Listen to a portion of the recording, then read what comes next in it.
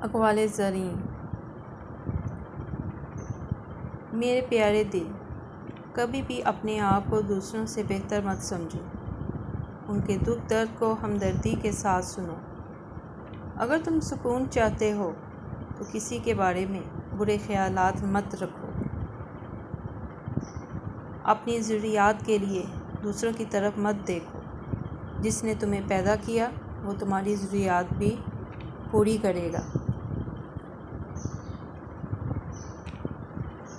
ہم جتنا پرسکون ہوتے ہیں اتنا ہی زیادہ ہم سن سکتے ہیں۔ تمہاری ساری پریشانیاں تمہاری خواہش کی وجہ سے ہیں۔ خواہش چھوڑ دو، تمہیں سکون مل جائے گا۔